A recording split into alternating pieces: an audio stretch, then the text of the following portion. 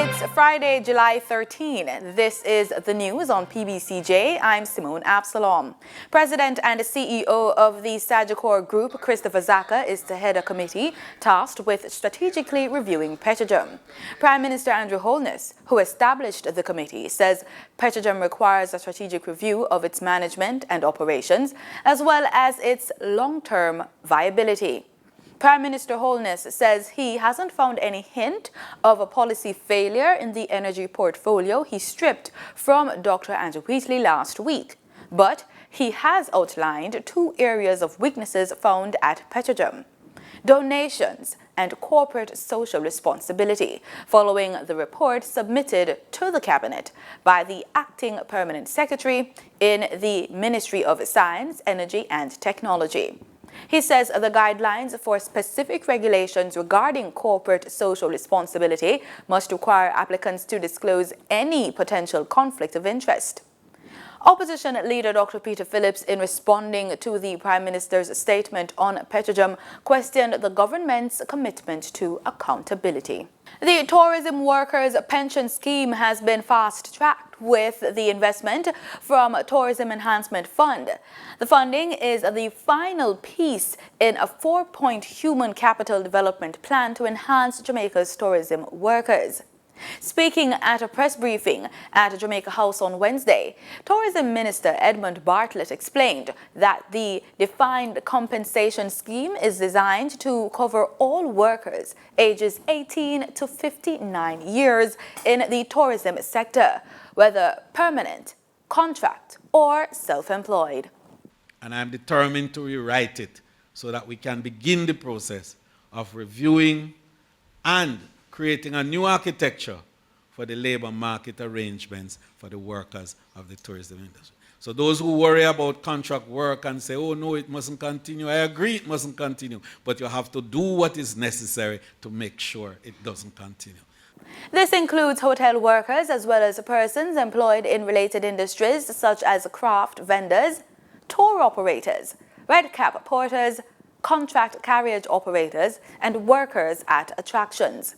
Benefits will be payable at age 65 years or older. The other three initiatives in the Human Capital Development Plan are training, capacity building, providing a pathway to professionalism and jobs. Minister Bartlett cited the recent signing of a memorandum of understanding between the Ministries of Tourism and Education, Youth and Information for a $100 million certification program for high school students to gain entry-level qualification in the hospitality industry. He said 13 teachers will be specially trained this summer to teach the first cohort of 650 students. In anticipation of the start of the program, presidents of the colleges, principals of the high schools, and the identified teachers, and we'll be working towards the CHI certification.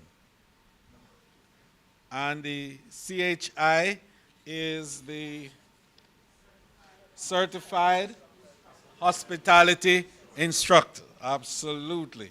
And the CHI will be involved in teaching and providing the program content for the courses.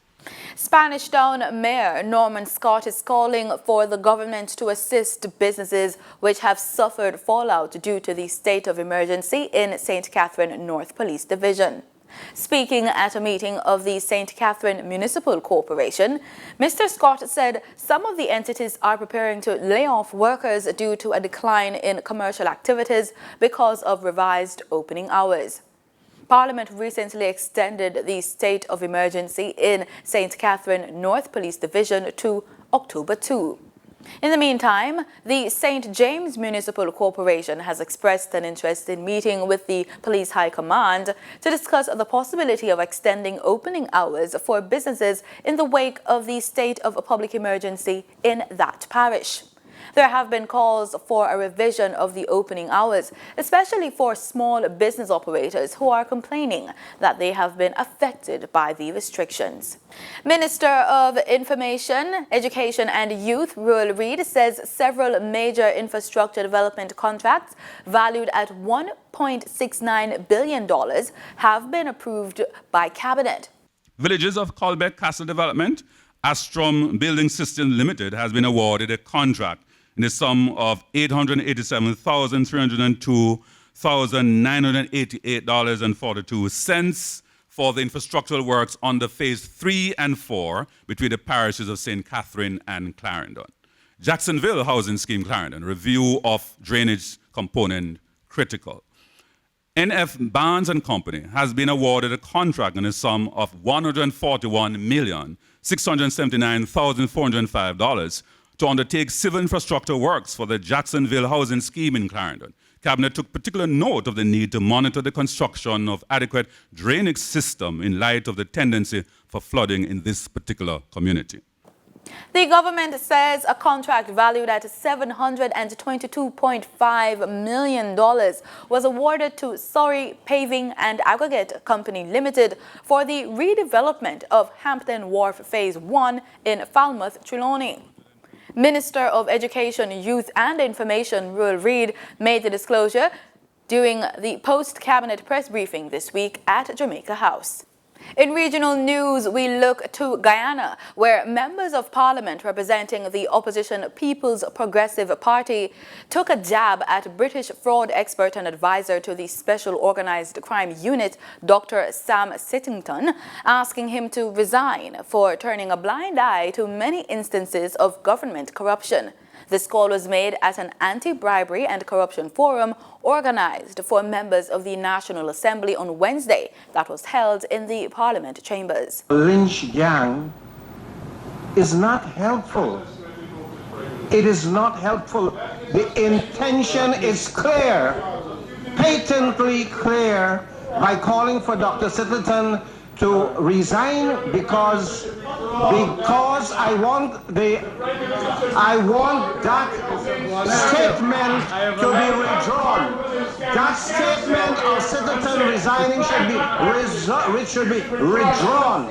That statement, because it's intended to lynch. The heated discussion occurred during a special seminar hosted by UK advisor to the Special Organized Crime Unit, Dr. Sam Sittington, who sought to sensitize a group of MPs about what to look for as it pertains to money laundering, corruption, and fraud within public offices. After his lengthy presentation to the MPs, PPP Member of Parliament Harry Gill questioned the advisor as to why no in-depth investigation was being done into alleged corrupt practices of the current administration. I am sure you and the cases I've mentioned here are in the news all the time. So you can't just turn the blind eye to that. You must wake up one day and say, you know something, this doesn't sound right. Let me check it out. You've never had the thought of investigating these cases, sir, as an expert, and perhaps advising the government that this is not the way to go about business? Dr. Sittington, in response to the concerns raised by MP Gill, explained what it is required by SOCU prior to investigations by the unit into any allegation of corruption. There are many citizens around the world who suspect corruption in government, and some sit idly by and accept it, and others will campaign for it, against it, and others will report it. But once, if you report something as a citizen, then it has to be looked at. I mean, that's the best I can tell you. The mechanisms for each country, how they do that, will be different. Minister of Public Security Kamraj Ramjitan, who chaired the forum, interjected during the squabble and expressed the opinion that the opposition attended the seminar with an ulterior agenda. If he has indicated that it is not within his terms of reference, that he can go and investigate that which he might have seen because of what you are saying or what's in the newspaper, he cannot do that. As he has indicated quite clearly. But then he should resign Well, he okay, should resign that is on your lips. because it's a conflict of interest and it's not doing good for his portfolio. I'm not harassing anybody. The UK advisor further posited that the unit investigating corruption must be made independent from any other institution aligned with the government or any political influence. It is my view that there has to be anti-corruption bodies in place independent of any government or any law enforcement, and a task force contained within that body to investigate corruption who cannot be influenced by anyone who is a decision maker. So it has to be kept independent from even law enforcement.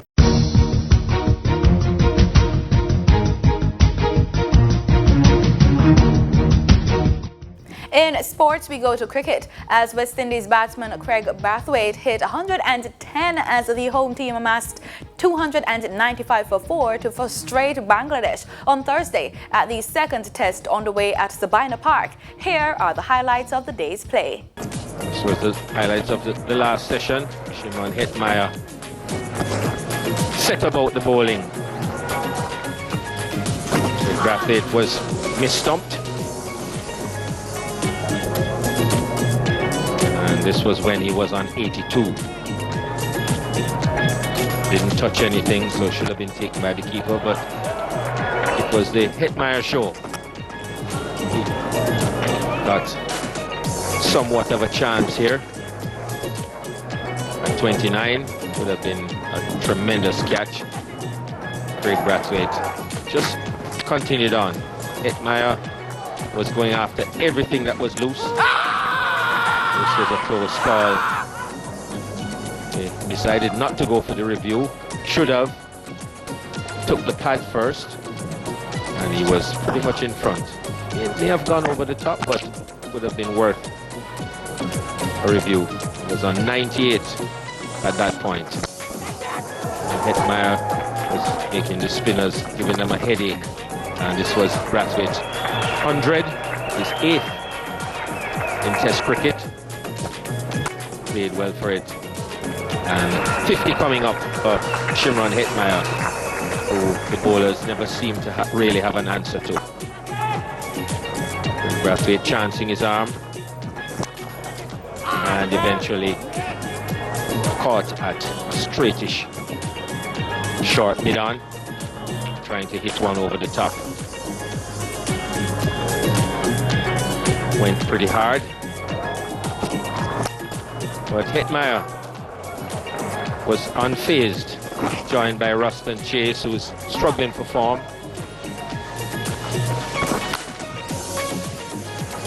Continued to take advantage of anything that was loose. Beautiful drive there from Ruston Chase.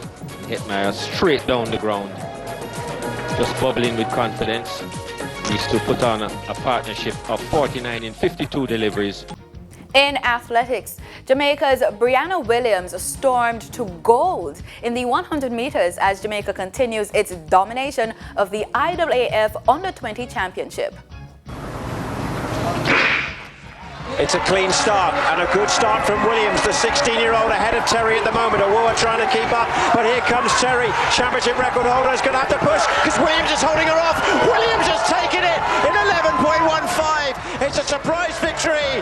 Terry, the championship record holder, held off, and Jamaica have gold on this third night of the World Under-20 Championships. She's only 16 years of age, and she's now a world champion. Brianna Williams with a brilliant run to take the title for Jamaica. 11.16 seconds, and Tranisha Terry, she fought, she surged, but she couldn't get Williams. And it's a gold for Jamaica.